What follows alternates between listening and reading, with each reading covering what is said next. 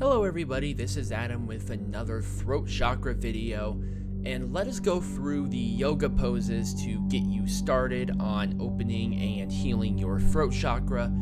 Also the questions that you may or may not need to ask yourself that might lead you to a great way if you know if your throat chakra is closed. Some people, a lot of the characteristics from the throat up are going to be kind of similar. So sometimes your own WebMD-esque sort of analysis could be different. So we'll go through those to make sure that you are doing the right thing, because you can't overstimulate a chakra if you're doing it wrong. If you want to go to a yoga studio, a Pilates studio, and have somebody assist you or guide you with these poses, it is recommended if you're not 100% comfortable on doing the poses yourself. And it's okay if you are having issues with that as well. A lot of these poses might be some repeats from previous ones, but that's because this is the connection between the lower chakras and the upper chakras, since the upper ones are immensely important, and also there has to be a bottleneck somewhere.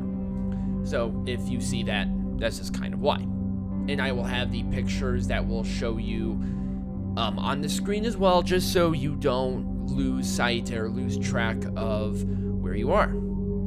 The child's pose.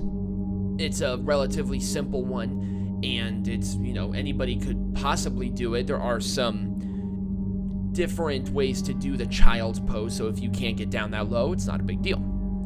The Anahata pose. Once again, neck, and you're grounding your neck down in some way, shape, or form. The cat and cow pose. Once again, you're moving your neck, you're moving that part of the body, and moving these parts of your body will stimulate that chakra to become active again if it's blocked. It's like stretching for a muscle. You have to stretch before and after so you don't get cramps. Kind of the same thing with this chakra. It's a constant, or chakras in general. It's a constant battle and a constant way to keep yourself going. And, going to a yoga class is always great. The cobra pose. Very easy pose, but once again, you're stretching your neck backwards. Obviously do it to where you can. We don't want anybody hurt. The bow pose. I think I called it the bow pose at one time. And I'm like, I think that's correct. I think that's super incorrect.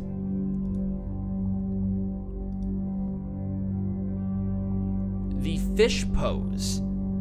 It's one that, once again, you stretch out your neck, you stretch your back, you are helping yourself in that way.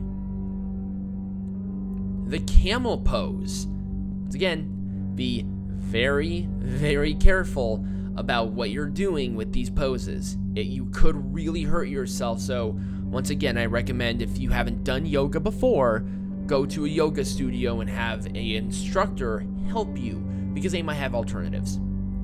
The reverse plank pose. Pretty self-explanatory, and if you do yoga, it's relatively easy. The Kamatakarasana. I butchered that immensely, but this is the pose, and I will hopefully, if I remember, put the spelling on there, because that was really, really terrible. I've heard this one called the pull pose, so that's what I'm going to call it. This one, once again, know yourself before you do any of these. And the Savasana. I know I did that one okay. This one is easier, but you really need to focus on your neck. Once again, you need to laser focus on your neck to make sure that you don't hurt yourself doing these.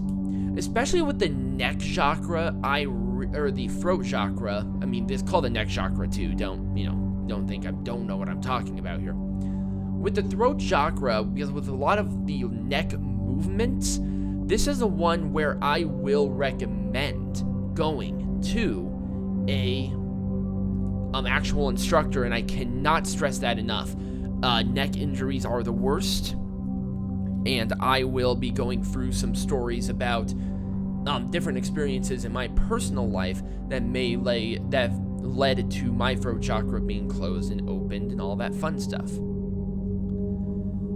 So let's go into the physical attributes of a blocked or damaged throat chakra. So these are not going to be necessarily behavioral, but these are going to be the physical problems. So if you have any of these issues, a lot of that stretching may not only assist that, but get you into a much better chakra balance. Chronic sore throat, frequent headaches, dental issues, mouth ulcers, thyroid problems, laryngitis. If you have disorders of the jaw, so like lockjaw or anything like that. Neck pain. So once again, a lot of it is focused on the neck and jaw. And like I said, these are just the physical ones, and going to, a dentist might help, and doing these poses and stretches will be of great assistance to you. A lot of these problems, especially in these chakra categories, if you're not flexible, or if for a guy, if you're not, if you're weaker, your chakras could be imbalanced, because a lot of this could be psychological too. But going to the gym, going to a class, going to a Reiki master will definitely assist you on these, and I highly recommend it. I will recommend it to the day I die. So let's go into the questions.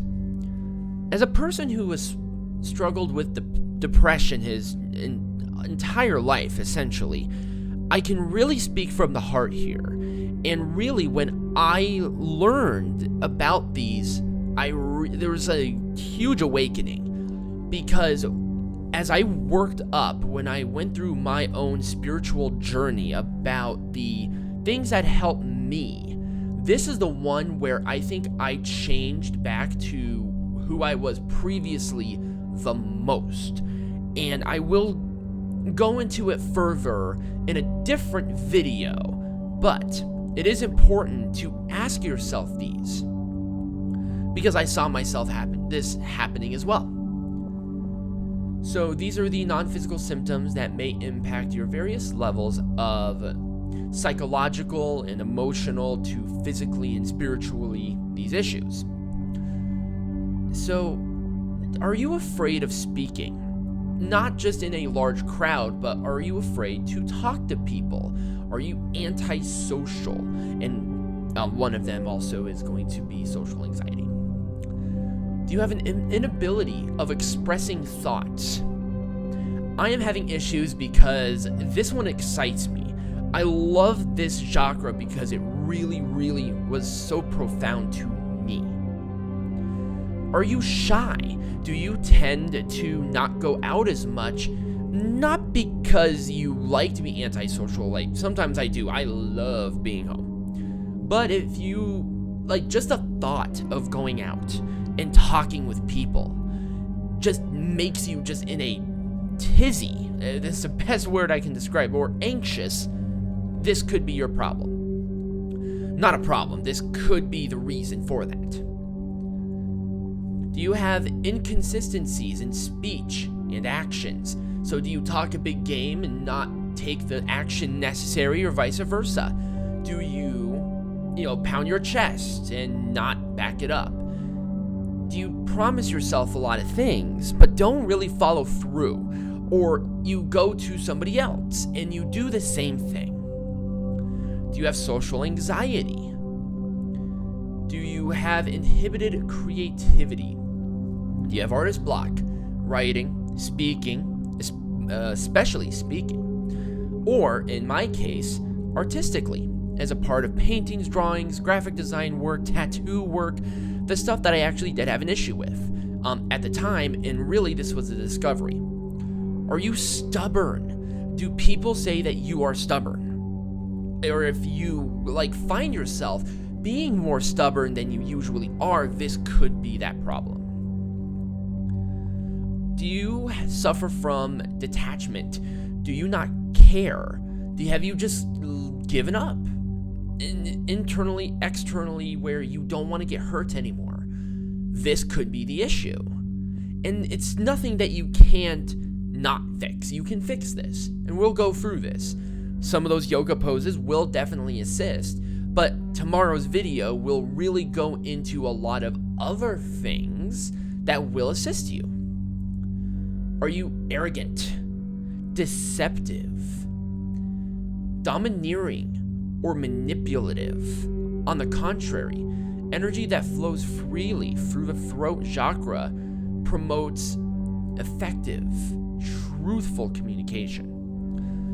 Have you found yourself lying a bunch more than you usually do?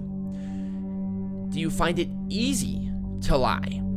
It may be a good thing or a bad thing. Do you think that the solution is telling white lies? I'm sorry, but that is not the right move.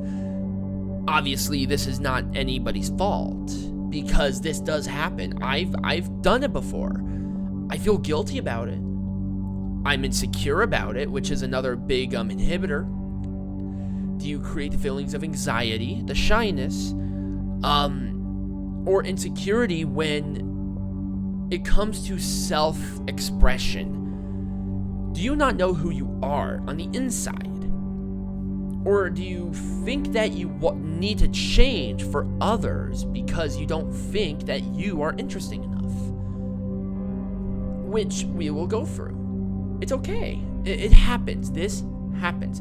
Chakras are so incredibly powerful that a lot of people don't quite understand that. And there are a way to help with these. A Reiki master is a great person to go to for very detailed, oriented spiritual guidance. Continuing to watch my videos is also a great way to do it, because sometimes you just need to hear these from somebody who you may know, you may not know, who knows. And I really hope you did enjoy this video. If you have any questions, leave them down below in the comments. I will be answering them at the very end of this week. And I hope you all have a great rest of your day. Check out all the links in the description. And I hope you share this with all of your friends. Thank you.